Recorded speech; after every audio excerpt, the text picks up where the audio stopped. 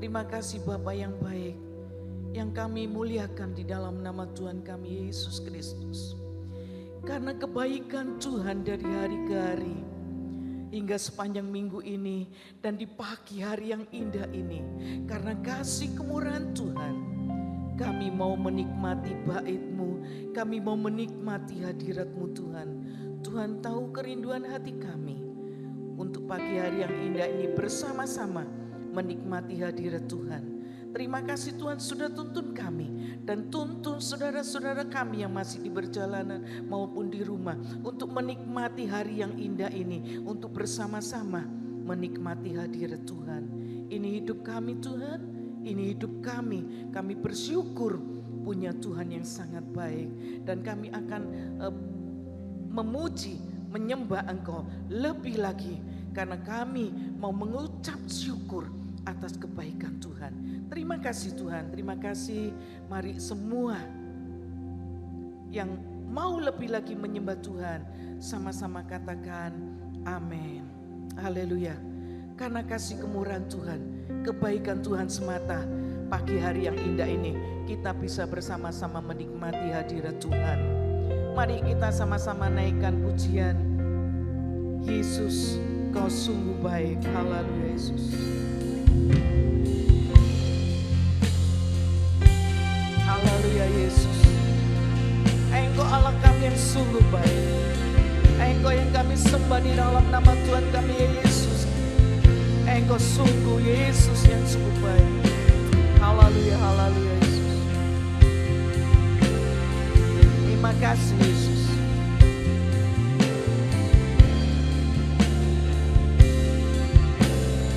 Haleluya.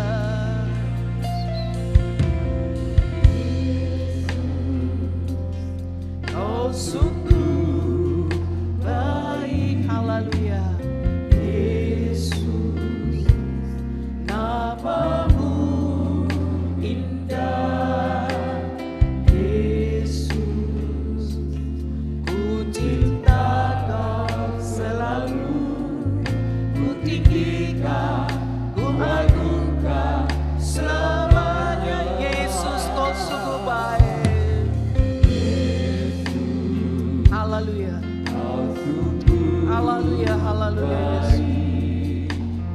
Yesus, namamu indah Yesus, ku cinta Kau selalu, ku tinggikan, ku agungkan selamanya. Katakan dengan sungguh hati, ku mau memuji-Mu. Ku mau memuji-Mu, ku selalu puji-Mu, ku mau menyembah-Mu, ku selalu sembah-Mu. Hanya Dia yang layak kita sembah. Terima semua pujian, kemuliaan hanya bagi Tuhan. Ku mau memuji-Mu. Haleluya. Engkau Allah kami yang baik Yesus.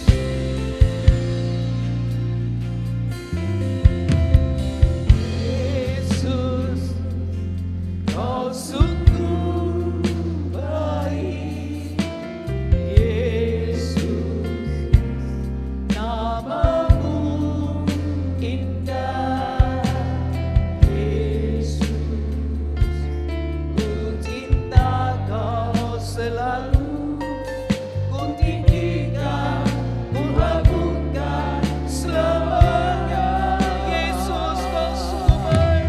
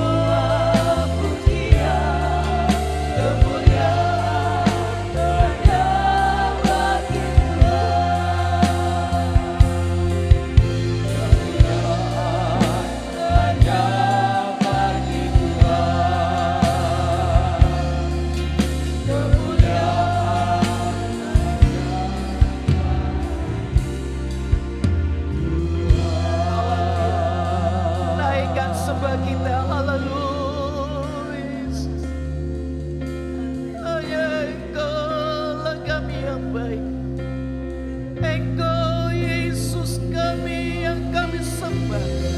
Hanya Engkau yang layak terima pujian kami Tuhan. Hanya Engkau yang layak kami tinggikan Yesus. Ingat kebaikan Tuhan. Haleluya.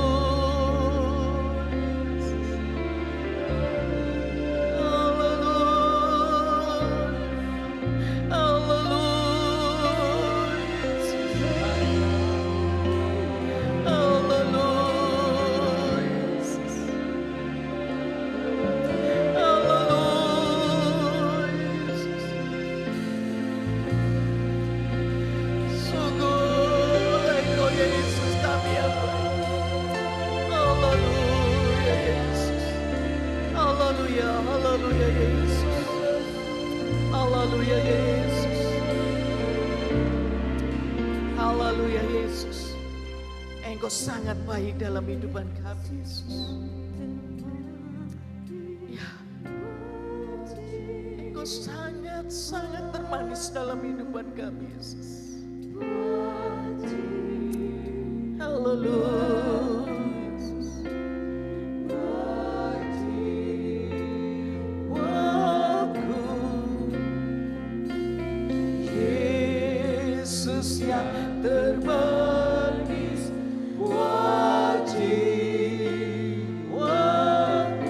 Mari saya undang kita semua jemaat bangkit berdiri.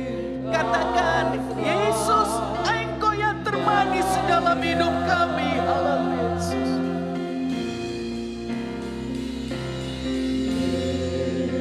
Yesus yang termanis,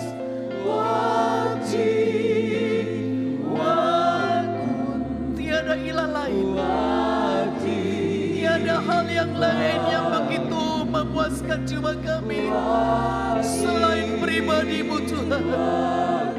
Haleluya Yesus. Yesus yang termanis,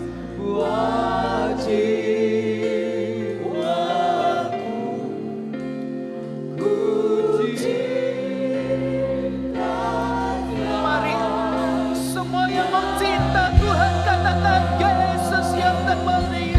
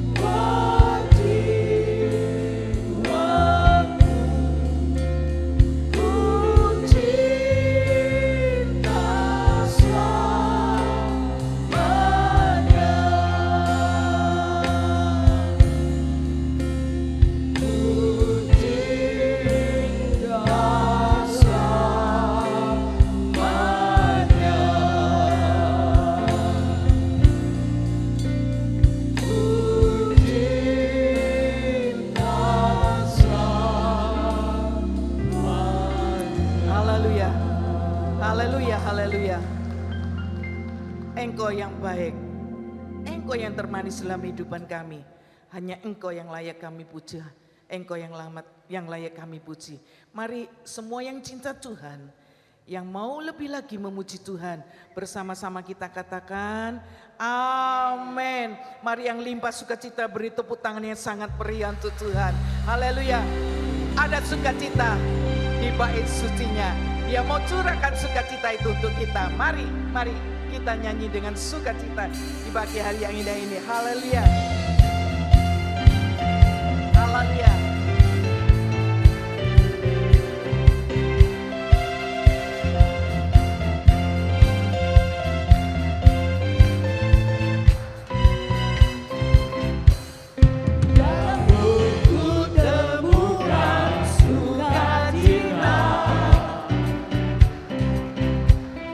Dunia takkan sanggup untuk berikan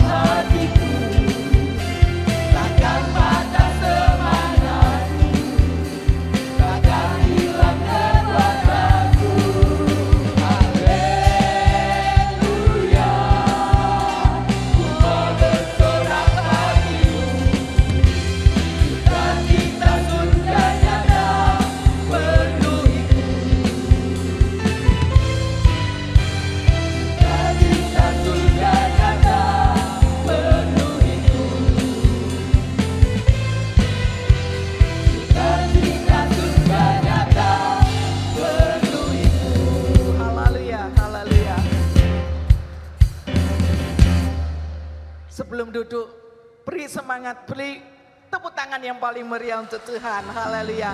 Kita akan siapkan hati kita untuk mendengarkan firman Tuhan. Kita akan naikkan lagu Aku Punya Tuhan Yang Besar. Haleluya Yesus. Terima kasih Yesus.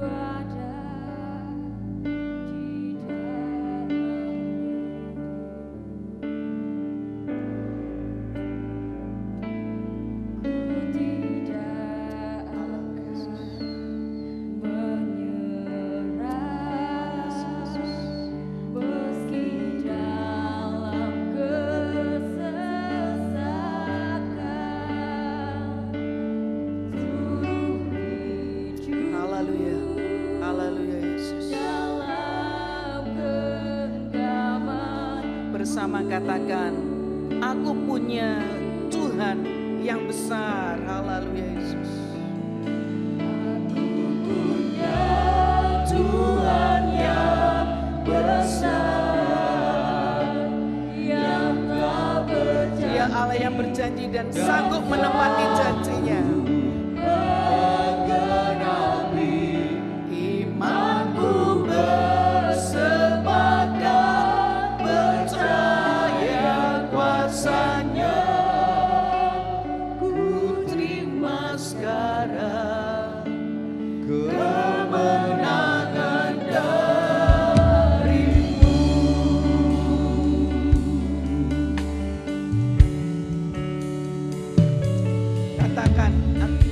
Karena percaya, percaya Kau yang berjanji setia, harapanku selalu ada di dalam-Mu. Kita tidak akan menyerah karena kita ada di dalam genggaman Tuhan. Tidak akan menyerah meski dalam kesesakan guru hidupku. Mari saya jemput kita semua bangkit berdiri. Dengan yakin katakan, aku punya Tuhan yang besar.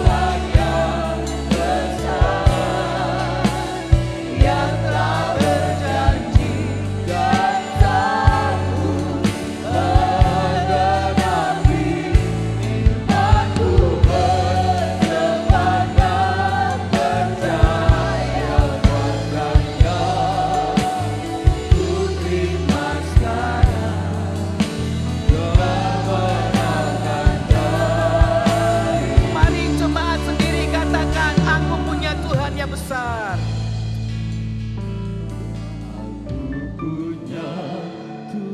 Haleluya.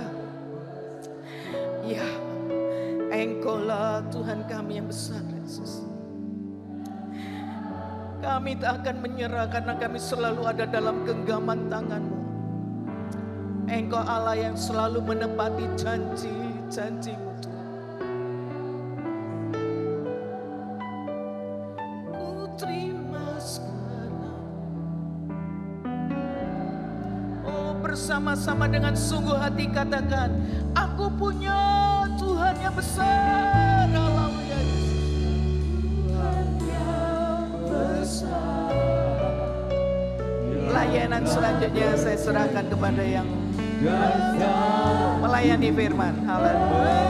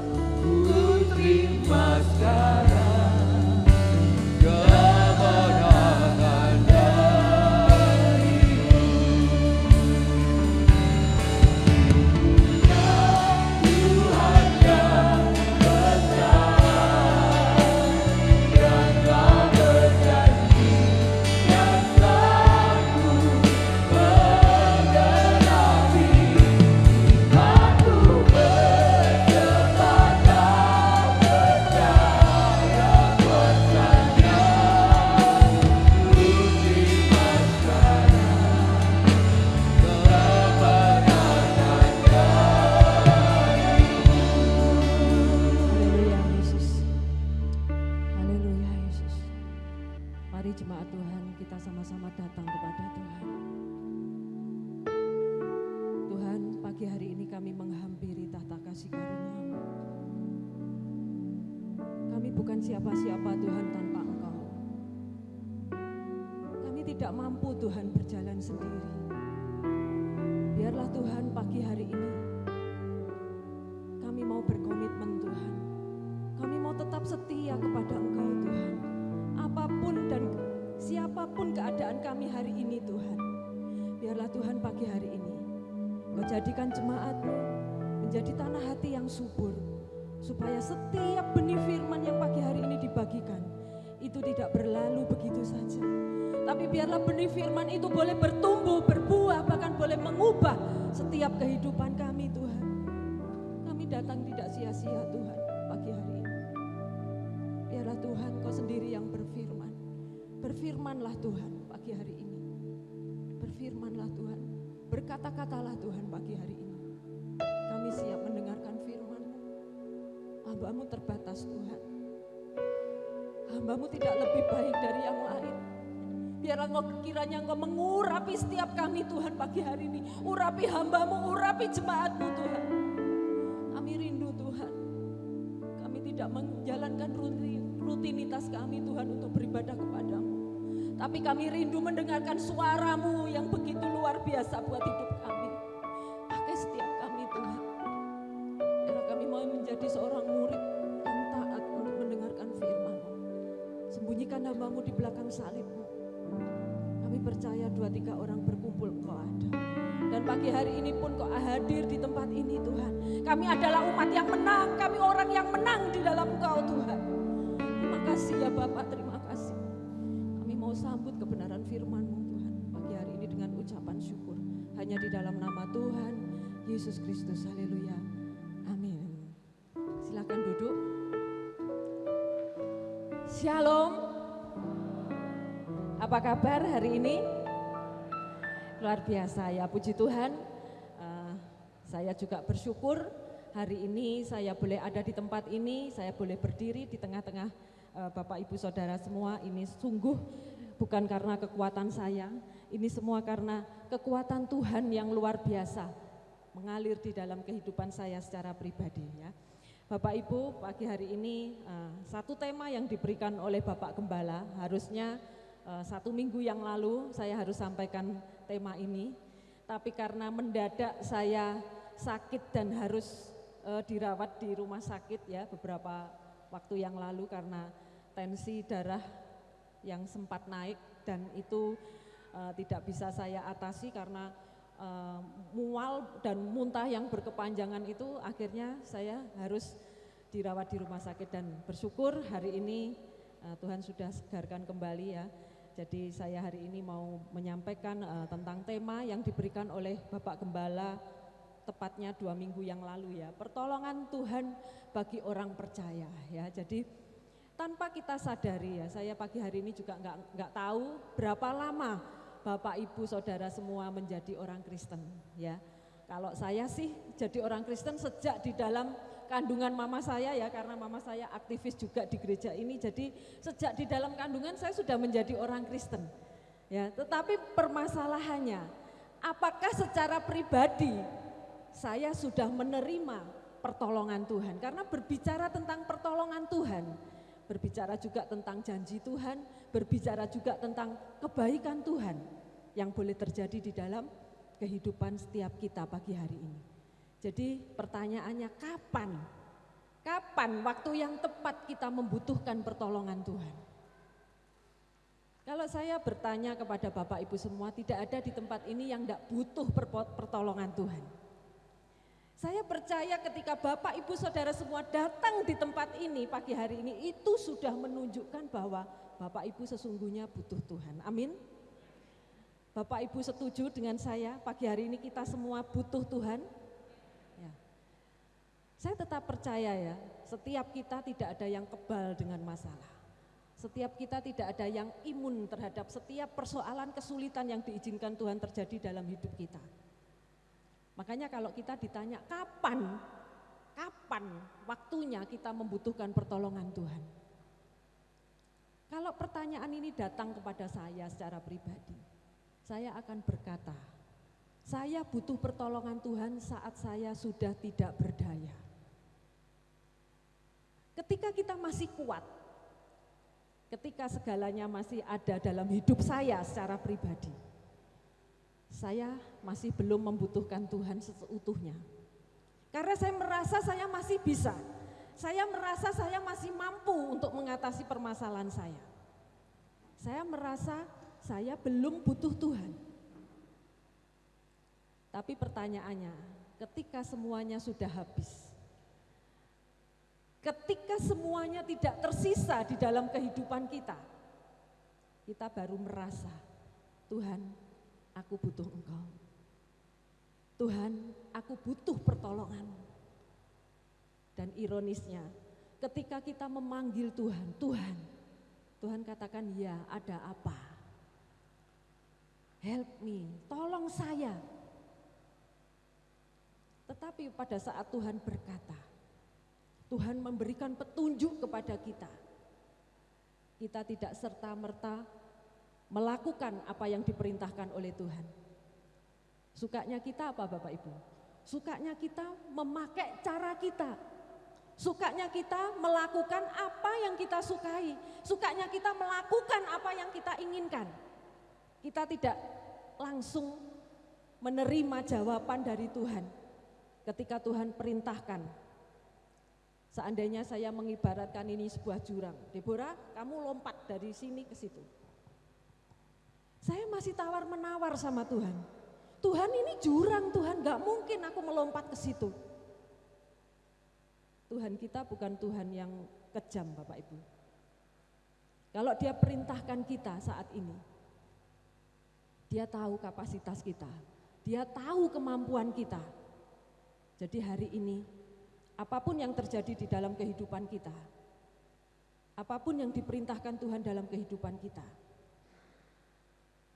akan lakukan bersama-sama. Supaya setiap kita, kalau kita mengaku sebagai orang Kristen, kita mengaku sebagai orang percaya, bukan kita cuma sekedar Kristen, tapi kita benar-benar merasakan kebaikan Tuhan. Kita bisa menerima janji Tuhan, kita bisa menerima pertolongan Tuhan dalam kehidupan kita. Memang Tuhan tidak sekaligus menolong kita langsung tuntas. Ada saatnya Tuhan menguji iman kita. Ada saatnya Tuhan menolong tidak sepenuhnya langsung kita terima semuanya. Tetapi ujian iman kita itu berlaku seumur hidup Bapak Ibu. dan ujian iman kita itu terjadi setiap hari.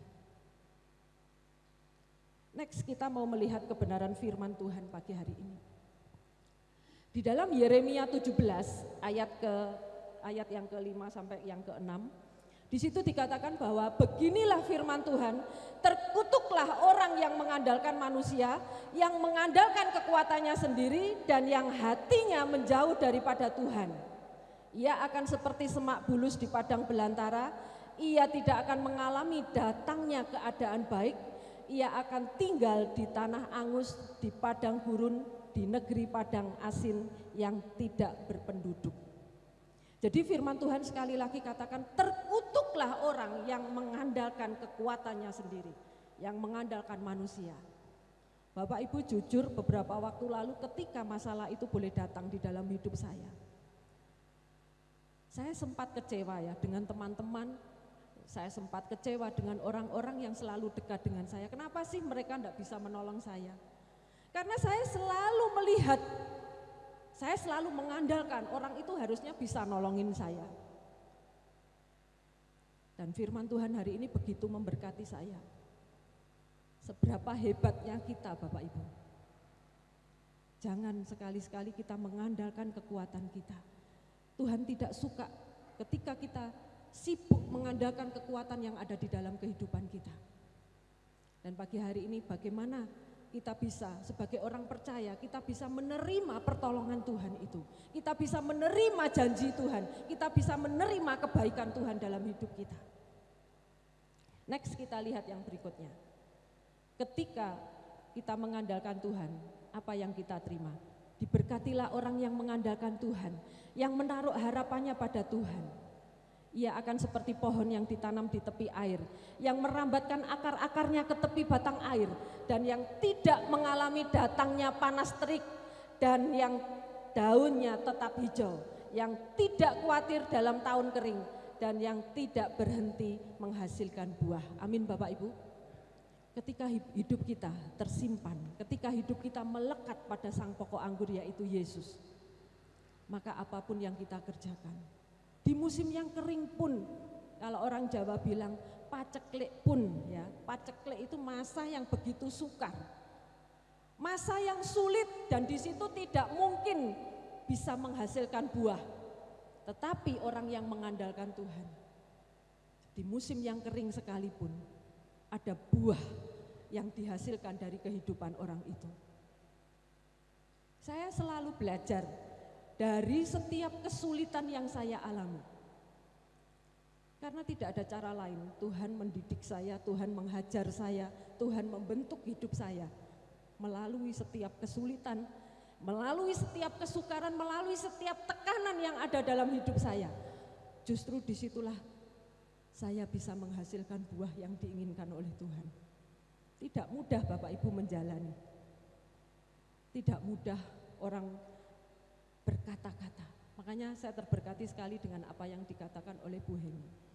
Kalau orang sudah mengalami masalah seperti yang saya alami hari ini, apapun yang saya lakukan semuanya salah. Saya maju juga salah, saya mundur juga salah, saya ke kanan salah, saya ke kiri salah. Sampai ada satu teman saya kemarin bercanda dengan saya, katakan, sudah nggak usah dengerin netizen. Kalau kita selalu dengerin netizen, kita repot sendiri, kebingungan sendiri. Kalau kita selalu mendengarkan apa kata orang tentang hidup kita akan kewalahan Bapak Ibu, apa yang harus kita kerjakan. Tanpa kita sadari kalau hidup kita selalu mendengarkan apa kata orang tentang diri kita, akhirnya kita nggak melakukan apa-apa. Jadi saya selalu belajar dari setiap kesulitan yang diizinkan Tuhan terjadi dalam kehidupan saya, supaya saya bisa menghasilkan buah. Sekalipun masa yang sulit, sekalipun saatnya tidak memungkinkan saya untuk menghasilkan buah. Tapi pagi hari ini saya sampaikan kepada Bapak Ibu semua, ketika kita mengandalkan Tuhan, hidup kita akan dipelihara oleh Tuhan. Amin. Ya, kita lihat ada 3 hal penting ya pagi hari ini, supaya kita bisa menerima pertolongan Tuhan, supaya kita bisa merasakan kebaikan Tuhan. Berapa banyak di antara kita mungkin sudah menjadi orang Kristen sudah puluhan tahun ya. Kita menjadi orang Kristen mungkin sudah lama sekali. Tapi kita nggak pernah merasakan kebaikan Tuhan. Bahkan kita tidak bisa melihat kebaikan Tuhan demi kebaikan Tuhan yang sudah Tuhan kerjakan di dalam kehidupan kita. Pagi hari ini 3 hal penting yang perlu Bapak Ibu ketahui. Yang pertama, ya, kalau kita berbicara tentang pertolongan Tuhan, ya, ini selalu berkaitan dengan proses, berkaitan dengan waktu, dan berkaitan dengan respon. Ya, bagaimana ketika kesulitan itu datang menimpa hidup kita, ya, bagaimana kita menanggapi ketika respon itu, ketika masalah itu boleh ada di dalam kehidupan kita. Kita mau periksa satu persatu pagi hari ini ya. Jadi bagaimana kita bisa menerima pertolongan Tuhan, itu yang pertama adalah proses. Semuanya ada prosesnya. Tapi seringkali kita selalu bertanya kepada Tuhan, ada apa, mengapa, bagaimana? Itu selalu pertanyaan yang selalu muncul dalam kehidupan kita sebagai orang percaya. Dan itu pertanda kalau kita selalu bertanya kepada Tuhan, mengapa Tuhan?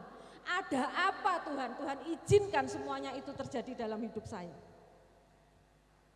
Itu satu peringatan bahwa kita tidak mengenal Tuhan seutuhnya, Bapak Ibu. Dulu awal-awal saya menjadi orang Kristen, saya suka bertanya kalau masalah itu terjadi dalam hidup saya. Tuhan, kenapa sih Tuhan izinkan terjadi? Tuhan, sampai kapan masalah ini akan selesai? Saya selalu mengeluh kepada Tuhan. Saya selalu bertanya kapan berakhirnya masalah ini. Tapi semakin lama semakin dalam saya mengenal Tuhan. Sampai detik ini pun saya tidak pernah bertanya kepada Tuhan. Dan hari ini pun ada satu sukacita yang luar biasa. Ketika saya hanya orang tok ya, orang bilang wis tinggal orang tok. Gak ada apa-apa yang saya punyai. Justru itu membuat saya lebih enteng Bapak Ibu hari ini. Satu teman saya berkata bahwa ibaratkan kalau sebuah mobil Mercy itu ditabrak oleh tukang becak. Apa mungkin pemilik mobil Mercy itu mau minta ganti rugi sama tukang becak? Hari ini saya mengibaratkan hidup saya ini seperti tukang becak. Saya tidak punya apa-apa. Itu tadi yang saya katakan, garek wong tok, tinggal orang aja. Dan itu jauh membuat saya lebih ringan dan saya tidak berbeban berat hari ini. Karena nabrak Mercy pun saya juga tidak bisa ganti. Karena saya tidak punya apa-apa. Saya tidak minder, saya tetap bersyukur, saya tetap bersuka cita walaupun 10 hari ke depan, 20 hari ke depan saya harus tidur di mana saya juga tidak tahu. Saya belajar untuk mempercayakan hidup saya sepenuhnya kepada Tuhan. Tidak ada yang memberatkan saya hari ini. Masalah yang berat sekalipun kalau ada Tuhan. Tuhan hari ini hanya membekali saya dengan sebuah pelita. Pelita itu beda dengan lampu sorot Bapak Ibu. Kalau Tuhan kasih kita pelita, pelita itu hanya cukup untuk kita melangkah setapak demi setapak, itu pelita. Tapi kalau lampu sorot, dari saya berdiri sampai ujung Bapak Gembala duduk, masih kita kelihatan ujungnya. Hari ini pun saya tidak bisa melihat ujung dari permasalahan saya itu sampai sebatas mana, sampai sejauh mana perjalanan yang harus saya lalui. Saya tidak melihat itu. Karena Tuhan berkata, aku hanya kasih kamu pelita. Yang bisa saya lakukan hari ini adalah saya berjalan setapak demi setapak. Saya tidak melihat ujung dari masalah saya tidak masalah Bapak Ibu. Asal setapak demi setapak yang saya jalani bersama Tuhan. Amin. Saya tidak butuh melihat ujung dari permasalahan saya. Saya juga tidak perlu bertanya kepada Tuhan, di mana ujung dari masalah ini? Kapan Tuhan akan selesaikan masalah ini? Tapi hari ini, setapak demi setapak yang saya lewati, asal saya berjalan bersama Tuhan, itu jauh luar biasa. Daripada saya melihat ujung dari permasalahan saya tidak ada Tuhan, itu juga tidak membuat saya kuat untuk menghadapi segala sesuatunya, Bapak Ibu. Dan pagi hari ini pertanyaan klasik yang sering keluar, next kita lihat, mengapa Tuhan izinkan? Ini adalah pertanyaan klasik yang sering kali muncul dari dalam hati kita, dari mulut kita ketika kita berdoa kepada Tuhan. Mengapa Tuhan izinkan? Karena kita selalu menilai dan kita tidak bisa berdamai dengan keadaan yang ada. Kita selalu bertanya, mengapa Tuhan izinkan kesulitan, masalah, tekanan, kehancuran itu terjadi dalam hidupku? Padahal aku sudah melakukan ini, padahal aku sudah ini, aku sudah itu. Hari ini Bapak Ibu, satu kebenaran firman Tuhan yang begitu memberkati saya. Jangan keburu salah paham dengan Tuhan. Jangan keburu salah menilai tentang Tuhan. Efesus pasal 4 ayat yang ke-13 dikatakan, sampai kita semua telah mencapai kesatuan iman dan pengetahuan yang benar tentang anak Allah, kedewasaan penuh dan tingkat pertumbuhan yang sesuai dengan kepenuhan Kristus. Itulah yang dikehendaki Tuhan. Kenapa proses, kenapa masalah itu diizinkan Tuhan? Karena Tuhan rindu setiap kita bukan sekedar jadi orang Kristen yang stagnan, orang Kristen yang biasa-biasa saja. Tapi hari ini Tuhan rindu kita mencapai pertumbuhan iman. Kita bisa mencapai tingkat pertumbuhan sesuai dengan kepenuhan Kristus. Memiliki pengetahuan yang benar tentang anak Allah. Kita bisa menjadi jemaat yang memiliki tingkat kedewasaan, bukan menjadi kanak-kanak. Tersinggung sedikit, keluar dari gereja, pindah gereja. Nanti dikritik sedikit, keluar dari gereja. Gak gereja-gerejaan ya gak popo. Ya, seringkali seperti itu yang saya lihat. Nanti kalau waktu Natalan satu pengennya dikasih lemper, satu bikang, bertengkar. Satu bikang, satu lemper, wes gak dipakai idenya, pindah gereja. Kita gak dewasa kalau seperti itu. Hari ini Tuhan ingin setiap proses yang diizinkan Tuhan, Tuhan ingin kita mengalami kedewasaan penuh Bapak Ibu. Amin. Bagaimana kita meresponi setiap proses yang diizinkan Tuhan terjadi? Kita tidak pernah planning, kita tidak pernah rencanakan proses itu. Gak ada orang yang rencanakan kapan yo aku diproses sampai Tuhan. Gak ada orang yang merencanakan seperti itu. Tapi proses itu datang dengan tiba-tiba. Dan saat proses itu datang, orang yang kebiasaan di zona yang nyaman, orang itu akan tidak siap. Gak siap aku Tuhan. Saya melihat suami saya pada awalnya proses ini terjadi. Saya melihat dia tidak siap. Ada satu tekanan yang berat. Dia membangun bisnis yang dia tekuni 26 tahun. Dan sekarang harus hancur, harus berantakan, semuanya habis. Apa yang pernah dia bangun, semuanya runtuh. Saya tidak menyalahkan dengan semuanya itu, sangat manusiawi. Tapi saya belajar dari setiap peristiwa, dari setiap proses yang Tuhan kerjakan. Ternyata Tuhan sedang mempersiapkan saya dan suami saya untuk mencapai satu tingkat kedewasaan yang penuh di dalam Tuhan. Dan yang berikutnya, Tuhan juga tidak serta-merta, dia tidak hanya memberikan kita kesulitan, Tuhan tidak hanya memberikan kita masalah, tapi Tuhan mengatakan bahwa marilah kepadaku semua yang letih, lesu dan berbeban berat, aku akan memberi kelegaan kepadamu. Masalah boleh datang hari ini, tapi Tuhan berjanji dia akan memberikan kelegaan.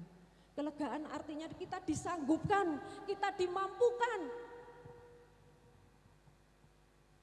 Beberapa waktu yang lalu saat camp wanita bijak berakhir di Kediri, ada seorang ibu yang memeluk saya.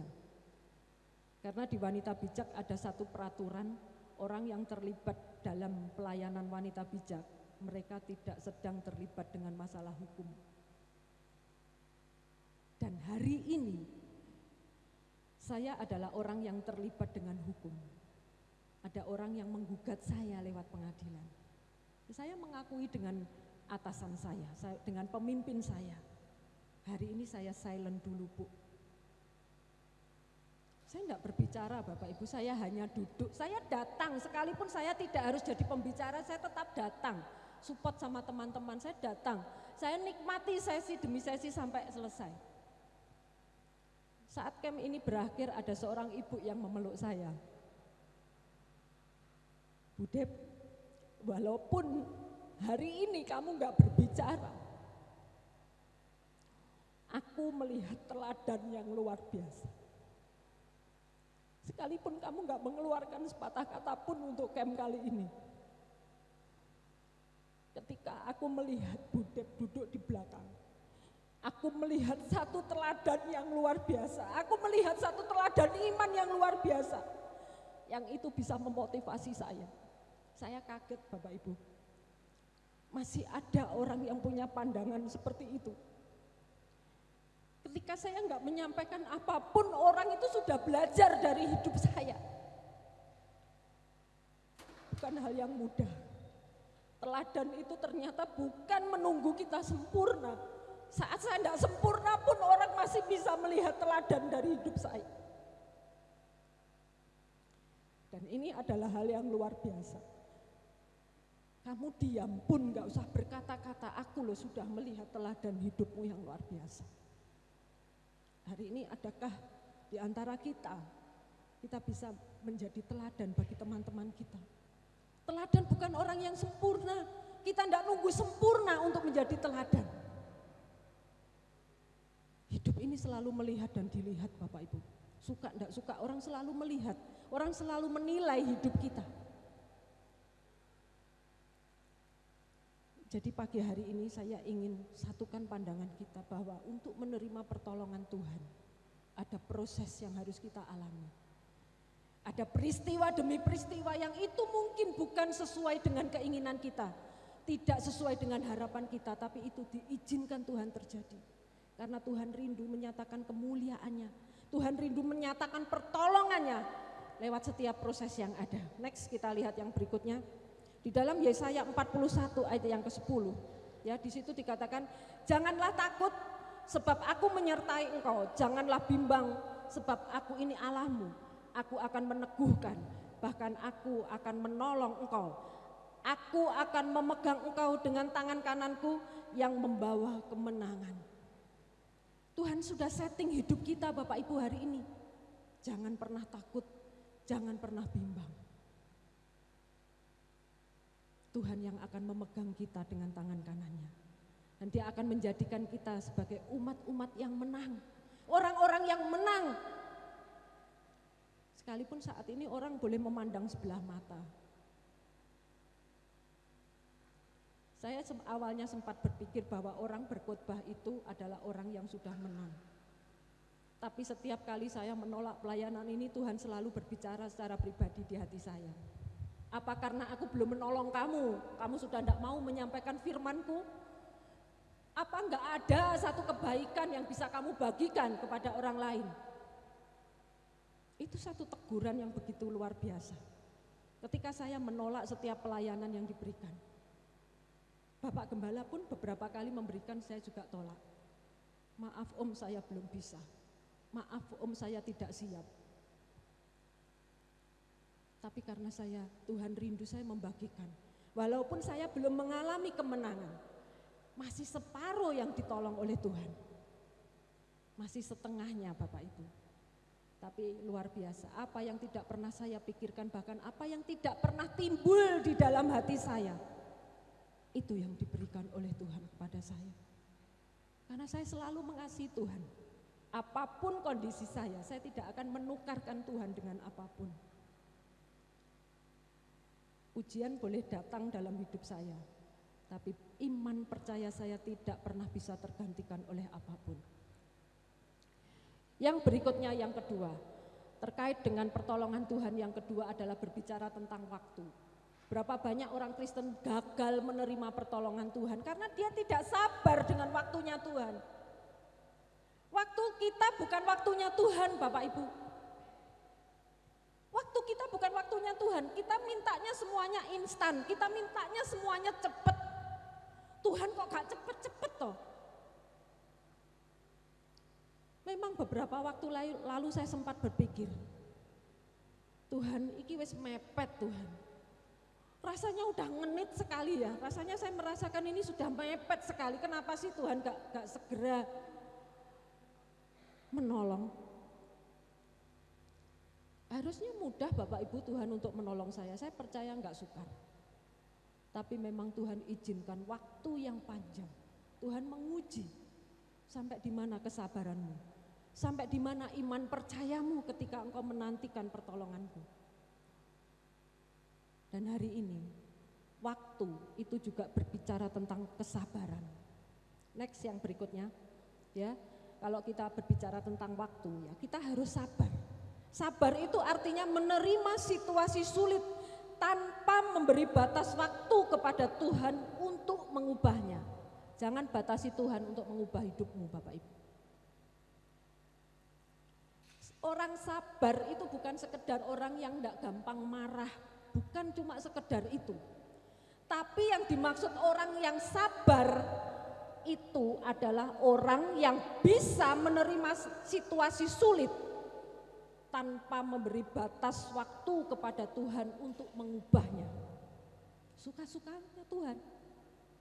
Mau 10 tahun, 20 tahun, 30 tahun, suka-sukanya Tuhan. Pertolongan Tuhan juga tergantung kepada kesabaran kita. Kita juga ikut menentukan cepat atau lambatnya Tuhan menolong kita. Kalau kita protes terus dengan Tuhan, kita komplain terus dengan Tuhan, saya percaya waktu itu akan lebih panjang lagi. Makanya saya sering katakan, manut iku maton penak. Sing penting manut karo Gusti itu penak, Bapak Ibu. Gak usah berontak, toh percuma kita berontak hari ini. Saya suka dikasih tahu sama orang-orang Budep, tetap semangat ya, karena gak ada pilihan. Aku gak semangat pun juga gak mengubah keadaan kok. Aku gak pelayanan pun keadaan juga gak berubah. Nah terus pertanyaannya, ngapain kita mundur dari Tuhan? Kalau saya dikasih tahu semangat, pasti saya semangat. Semangat saya. Apapun penilaian orang di luar sana terserah, monggo. Karena kalau saya nuruti kata orang tentang hidup saya akan capek dengan hidup ini. Ada yang bilang, wong utangnya akeh kok khotbah opo? Kamu itu loh utang gak bisa bayar kok khotbah apa? Hari ini yang saya bagikan hidup saya. Orang sudah tahu semuanya bagaimana cerita hidup saya. Saya tinggal di kota yang kecil di Paris ini. Apapun yang terjadi pasti semua orang tahu tanpa saya harus merahasiakannya. Gak ada yang saya tutupi Bapak Ibu, memang hidup saya seperti ini. Kalau hari ini saya dipercayakan untuk menyampaikan firman Tuhan, saya percaya itu kepercayaan yang diberikan Tuhan kepada saya melalui Bapak Gembala saya. Saya enggak minder, walaupun hari ini saya bangkrut, enggak punya apa-apa, saya disuruh menyampaikan firman, saya sampaikan Bapak Ibu, karena itu kebenaran. Ya, jadi hari ini kita mau belajar untuk bisa menerima situasi sulit tanpa memberi batas waktu kepada Tuhan untuk mengubahnya. Kita enggak bisa sakarpe kita minta serta-merta cepet, minta instan, enggak bisa Bapak Ibu. Itu semuanya tergantung waktunya Tuhan. Dan Tuhan tidak pernah terlambat pertolongannya, selalu tepat waktunya. Amin. Bukan kita yang menentukan cepat atau lambatnya proses yang kita alami, tapi Tuhan yang memberikan waktu yang paling tepat buat setiap kita. Kalau Tuhan melihat kita sudah siap, pasti semuanya akan beres. Sebenarnya hidup bersama Tuhan itu jauh lebih enak. kalau kita tidak ngeyel sama Tuhan. Tapi masalahnya seringkali kita ini ngeyel sama Tuhan. Tuhan suruh kita ke kanan, kita ke kiri. Tuhan suruh lurus, kita belok. Itu yang bikin kita kerepotan. Next, yang berikutnya adalah respon, ya. Respon setiap orang berbeda, tidak bisa sama. Mungkin menunya sama, temanya, topiknya sama persoalannya. Tapi cara menanggapi setiap masalah setiap orang itu berbeda. Ya, tetap semangat atau loyo. Ada yang orang diproses Tuhan tambah semangat ada. Tapi ada juga yang loyo, wis melokro, wis gak melakukan apa-apa. Wis wegah, wis percuma. Ada yang seperti itu. Ada juga tetap percaya atau bimbang. Wis dadi wong Kristen suwi ya gak ditolong-tolong. Dadi wong Kristen sudah lama juga ada masalah. Wis gak dadi wong Kristen. Ada yang memilih seperti itu. Ada juga ya yang menyerah, pasrah tok dengan keadaan, tidak melakukan apapun. Saya tidak mau yang seperti itu Bapak Ibu. Next kita lihat ya. Saya tidak menyerah dengan semuanya itu. Ini bisnis saya, walaupun kecil, ya never give up. Saya tetap mengupayakan. Ada teman saya katakan, loh utangnya bojomu ki lo miliaran, kok awakmu mek dodolan es podeng, lunase kapan utangnya? Ada yang berkata seperti itu dengan saya secara langsung. Loh aku enggak tahu kapan lunase. Yang penting hari ini saya melakukan bagian saya. Apa yang bisa saya lakukan, ya itu saya lakukan. Yang saya enggak bisa ya pertanyaan ini tadi, yang saya enggak bisa jawab, bagiannya Tuhan. Hari ini saya tetap berjuang, saya hari ini tetap berusaha. Saya enggak fokus dengan hasilnya Bapak Ibu. Tapi ketika saya melakukan pekerjaan ini, saya menyadari bahwa di dalam 2 Korintus 4 ayat 7 dikatakan bahwa tetapi harta ini kami punyai dalam bejana tanah liat, supaya nyata bahwa kekuatan yang melimpah-limpah itu berasal dari Allah, bukan dari diri kami. Dari hari ini kalau saya kuat, kekuatan itu datangnya dari Tuhan. Saya tidak berhenti, saya tidak menyerah dengan keadaan saya. Walaupun menurut orang lain kecil, saya mau tetap berkarya dengan benar dan maksimal sesuai dengan potensi yang saya punyai saat ini, yang saya miliki. Saya tidak melanggar firman Tuhan. Apa yang saya kerjakan itu juga semuanya oke. Saya juga menolong orang, hari ini pun masih saya menolong orang walaupun saya sulit. Walaupun saya mengalami tekanan, walaupun hidup saya hancur seperti ini. Next yang berikutnya kita mau melihat. Ini saya berjuang, saya menyerahkan hasil akhirnya kepada Tuhan. Berapa waktu yang lalu saking capeknya Bapak Ibu ya, pembuluh darah mata saya ini sampai pecah. Karena tensi yang sangat tinggi, saya tidak menyadari kalau pembuluh darah saya sudah pecah itu saya tidak menyadari. Saya tidak merasa mata saya sakit juga enggak. Bangun tidur memang sempat pusing sebentar. Tapi waktu Pak Johnson minta disiapin makan, saya sediakan dia makan, saya ladenin seperti itu di dapur. Dia terus berkata, loh matamu kok merah seperti itu? Loh mosok toh? Saya bilang seperti itu, saya ngaca, loh ternyata sudah merah seperti ini. Ini yang saya foto sudah agak mending. Awalnya lebih parah, lebih hitam lagi. Jadi sampai enggak ada putihnya. Dan sampai tangan juga sempat terpotong Bapak Ibu. Waktu saya memotong ikan masak itu, terpotong itu sampai, waduh luar biasa itu terpotongnya. Gerak itu ya sampai, waduh saya sampai, Yesus anak Daud tolong saya, ini darah sudah mengucur. Jadi saya ambil tensoplas di lantai 2 itu, jadi saya jalan ini darah mengikuti saya jalan. Saya tidak menyerah dengan keadaan yang seperti itu. Saya tetap berjuang. Seperti apa yang dimau oleh Tuhan. Hari ini memang saya tidak fokus di pelayanan Bapak Ibu. Saya sempat mendelegasikan pelayanan saya kepada teman saya. Karena keluarga saya hari ini lebih membutuhkan kehadiran saya. Saya tidak mengambil bagian pelayanan, bukan saya mundur, bukan saya menyerah, saya meninggalkan Tuhan. Tapi hari ini keluarga saya lebih prioritas. Keluarga saya lebih membutuhkan kehadiran saya. Next, yang berikutnya kita melihat di dalam Yesaya pasal yang ke-40 ayat 29. Dia memberi kekuatan kepada yang lelah dan menambah semangat kepada yang tiada berdaya. Tetapi orang yang menanti-nantikan Tuhan mendapat kekuatan baru. Orang yang menanti-nantikan Tuhan akan mendapat kekuatan baru. Mereka seumpama Raja Wali yang naik terbang dengan kekuatan sayapnya. Mereka berlari dan tidak menjadi lesu. Mereka berjalan dan tidak menjadi lelah. Saya undang pemusik bisa siapkan satu pujian waktu Tuhan bila kau izinkan. Hari ini saya tidak tahu apa masalah Bapak Ibu Saudara semua. Tetapi percayalah janji firman Tuhan. Bahwa ketika kita mengandalkan Tuhan, Tuhan akan mensupport kita. Memberi semangat, memberi kekuatan yang baru di dalam kehidupan kita. Saya jemput Bapak Ibu bisa bangkit berdiri.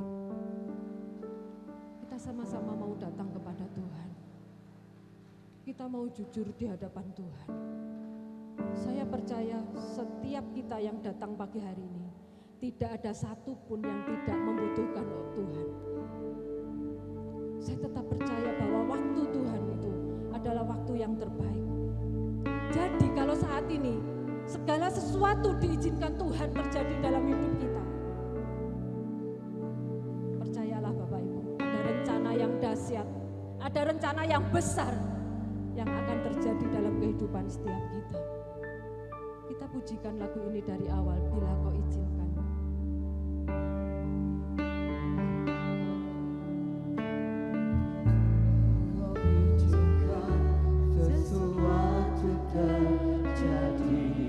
Bapak Ibu pujikan lagu ini. Bapak Ibu nikmati kata demi kata. Karena lagu ini sangat luar biasa buat saya. Telah tiba waktumu, ku percaya kuasa-Mu memulihkan hidupku. Katakan waktu Tuhan pasti yang terbaik. Walau kadang kau mudah dimengerti, lewati cobaan, ku tetap percaya waktu Tuhan pasti yang terbaik. Musik boleh mengalun dengan lembut. Bapak Ibu sadari, bila sesuatu diizinkan Tuhan terjadi dalam hidupmu, Tuhan punya maksud, Tuhan punya rencana. Tuhan sedang mempersiapkan engkau untuk menjadi orang-orang yang luar biasa. Jangan takut dengan setiap proses yang ada. Jangan pernah bimbang untuk tetap percaya. Bahkan untuk mempercayakan sepenuhnya hidupmu kepada Tuhan. Pagi hari ini pergumulan seperti apapun datang kepada Tuhan. Tetaplah percaya bahwa waktu Tuhan adalah waktu yang terbaik. Kita pujikan lagu ini sekali lagi dan waktu selanjutnya kami kembalikan kepada Bapak Gembala. Bila kau izinkan sesuatu terjadi, ku percaya semua untuk kebaikanku. Bila nanti telah tiba waktu, ku percaya kuasa-Mu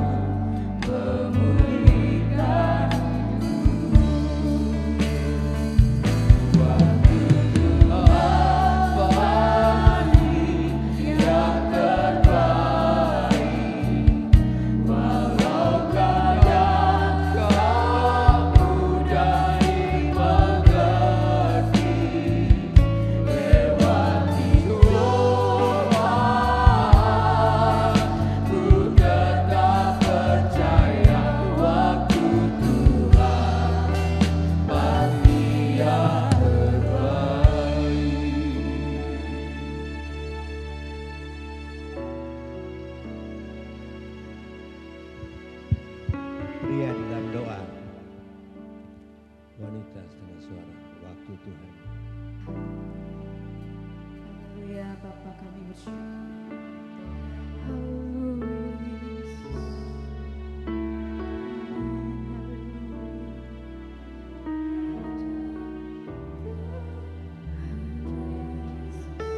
Waktu Tuhan adalah waktu yang terbaik. Dalam keadaan apapun,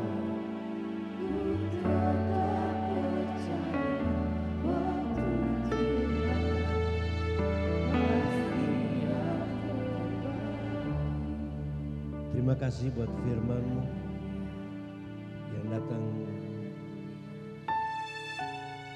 dari Tuhan kepada kami pribadi lepas pribadi. Setiap kami mempunyai persoalan kami masing-masing. Setiap kami mempunyai tantangan kami masing-masing. Kami tidak mengerti jalan keluarnya. Tetapi Tuhan mau kami melangkah berjalan bersama-sama dengan Dia.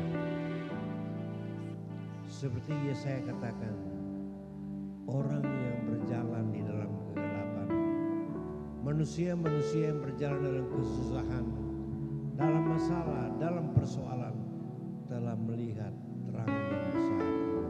Di tengah-tengah kegelapan kehidupan kita, terang firman Tuhan mulai menyinari kita. Step by step, selangkah demi selangkah, dan akhirnya Tuhan menolong kita. Terima kasih Tuhan, karena firman-Mu baik buat kami semua. Ampuni kami dalam kelemahan dan kekurangan kami. Sesudah 2 tahun ini kami disusahkan dengan masalah COVID. Dan kami tahu kalau ini kami boleh lewati, ini semata-mata karena kemurahan Tuhan. Terima kasih Tuhan sudah mengizinkan gereja kami melewati hal-hal ini. Kami menjadi Dignity Church, gereja yang tetap bernyala-nyala, gereja yang tetap berkobar-kobar. Dan seperti firman Allah katakan, janganlah hendak kerajinanmu kendor, biarlah rohmu menyala-nyala dan layani Tuhan. Di waktu kita tidak punya apa-apa sekalipun, di waktu kita tidak melihat cahaya yang terang sekalipun, tetap layani Dia. Tetap layani Dia, karena keuntungan yang besar Tuhan berikan dalam kehidupan kita. Terima kasih Tuhan, terima kasih buat firman-Mu. Berkatilah hamba-Mu Deborah yang sudah melayani kami. Dia punya masalah, dia punya kesukaran, kita juga semua punya kesukaran masing-masing. Tuhan pasti menolong. Dalam nama Yesus kami sudah berdoa. Amin. Silakan duduk. Puji Tuhan, seperti minggu lalu yang saya sudah beritahu bahwa sesudah sekitar 2 tahun kita memakai tema ini, Dignity Church, artinya gereja yang tetap menyala, tetap berkorban meskipun ada COVID, usahanya merosot, banyak sakit penyakit, banyak persoalan baik gembala maupun jemaat. Tapi kita bisa melewati ini adalah kebaikan Tuhan. Dan biasanya tema saya berikan sudah mau 20 tahun ini setahun satu, ini sudah lebih dari setahun ya. Kita sudah dari tahun 2020, 2021, 2022, 3 tahun kita pakai tema ini dan kita akan beralih ke yang lebih maju lagi ya. Jadi tema yang baru kita Fruitful Church, artinya gereja yang berbuah ya. Jadi kalau kita tabah, kita kuat, kita tetap melayani, tidak punya apa sekalipun, maka saatnya kita akan berbuah. Berbuah lewat Roh Kudus, berbuah lewat doa, berbuah lewat pelayanan, ya, berbuah lewat kesaksian. Dan ayat mas yang akan kita gunakan nanti tahun depan ya. Filipi 1 ayat 22. Tetapi jika aku harus hidup di dunia ini, berarti bagiku bekerja memberi buah. Mana yang kamu harus pilih? Jadi ini ya yang Tuhan mau, kalau kita hidup berbuah. ya, atau mati sama sekali, ya. Kita minta Tuhan tolong, ya, siapapun kita, keadaan kita yang bagaimanapun, kita minta kita berbuah, ya. Jadi kita akan menjadi sebuah gereja yang berbuah, ya, bukan hanya kesaksian, doa, Roh Kudus, perkembangan gereja, kemana-mana kita berbuah, ya. Sebenarnya itu temanya agak panjang, fruitful church a lot, tapi itu terlalu panjang, jadi kita supaya terlalu pendek saja kita taruh ya fruitful church, ya, artinya gereja yang mau, ya, berbuah, ya. Saya berbuah, bapak-bapak, ibu-ibu berbuah, siapapun kita, ya. Kalau buah itu dikumpul akan menjadi sebuah hal yang luar biasa, ya. Doakan supaya kita menjadi berkat dan tidak satupun di antara kita, ya, yang merasa dia tidak mampu, Tuhan akan pakai kita.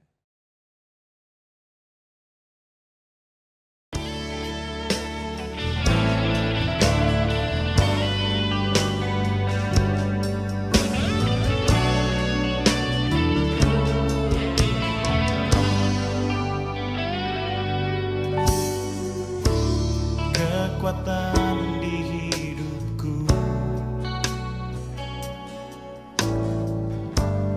ku dapat di dalam-Mu. Kau teguhkan hatiku, tiada yang mustahil bagimu. Sebab aku percaya, bukan karena melihat, namun karena firman-Mu yang selalu digenapi di hidupku. Ku percaya, bukan karena melihat, namun karena firman-Mu tiada pernah berubah. Sebab aku percaya, bukan karena melihat, namun karena firman-Mu yang selalu digenapi di hidupku. Ku percaya, bukan karena melihat, namun karena firman-Mu tiada pernah berubah.